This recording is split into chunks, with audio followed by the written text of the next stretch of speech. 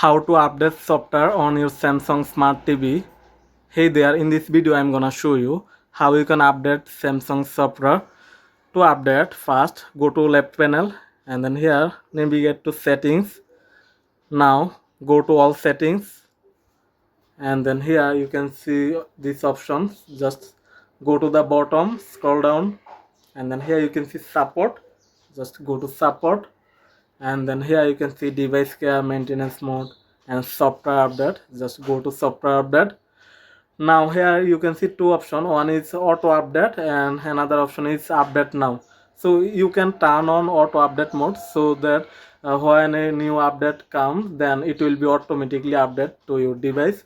So now I'm going to choose the update now option. Just click on update now, then you can see the update will be started. Here you can see checking for update, so there is no new update available.